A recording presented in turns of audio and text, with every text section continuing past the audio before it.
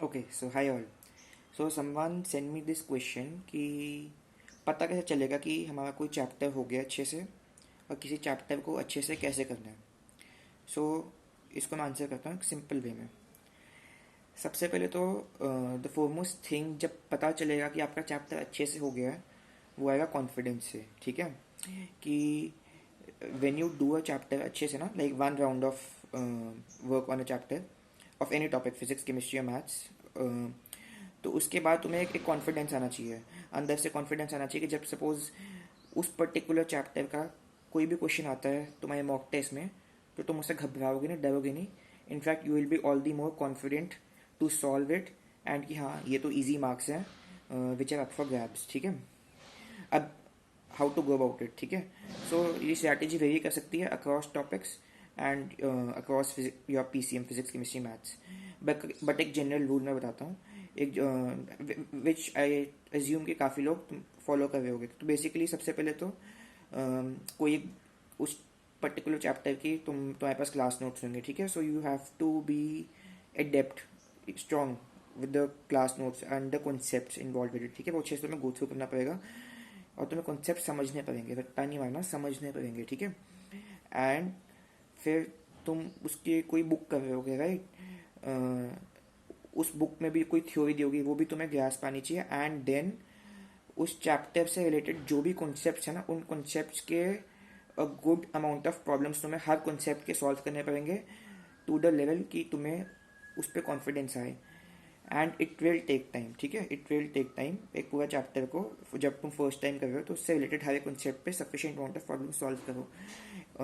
Okay, सो chemistry में जैसे मैं बताता हूँ, केमिस्ट्री में क्या करता था, वन जो कोचिंग के क्लास नोट्स होते थे, देन एनसीईआरटी की थ्योरी अच्छे अच्छे से मतलब गो थ्रू करता था, and then good amount of problem solve करता था जो कोचिंग ने दिए होते थे एंड बुक से भी। ठीक है, तो उसके बाद मेरे को एक कॉन्फिडेंस आ जाता था कि हाँ कि ये टॉपिक मेरा अच्छे से हो गया है। ठीक है, और एग्जाम में इसका कोई भी क्वेश्चन आएगा तो I will be able to handle it, I will be able to do it. ठीक है, इनफैक्ट कॉन्फिडेंस उस लेवल पे आ जाना चाहिए कि हाँ कि मैं बाकियों से भी बेटर हूँ इस पे। ठीक है, जो तुम्हारे बाकी पीयर्स हैं।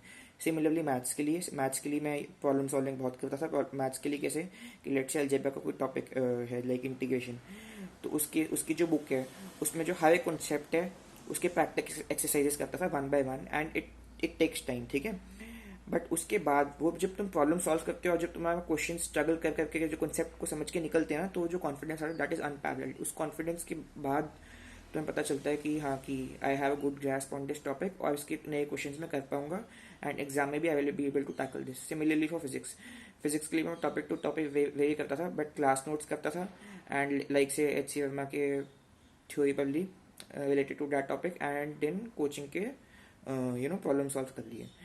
सो ये मोटा मोटा दिस इज द वे कि हाँ कि your theory from the book and concepts from class notes and a good amount of problem solving related to that topic.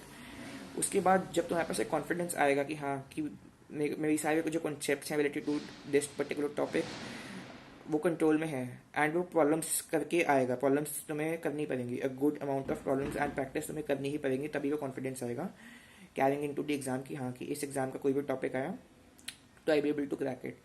Suppose under confident feel कर रहे हो, सपोज तुम्हें लगे कि हाँ कि नहीं ये टॉपिक, वो एक इंट्यूशन आ जाती है, गट फीलिंग आ जाती है कि हाँ कि होता है ना कि एग्जाम में अच्छा कि ये टॉपिक अच्छे से नहीं हुआ, उसको घबरा जाते हैं हम, फिर स्किप कर जाते हैं, मतलब कि दैट टॉपिक पे तुम्हें कॉन्फिडेंस नहीं है, ग्रास नहीं है, and that you need to cover it well.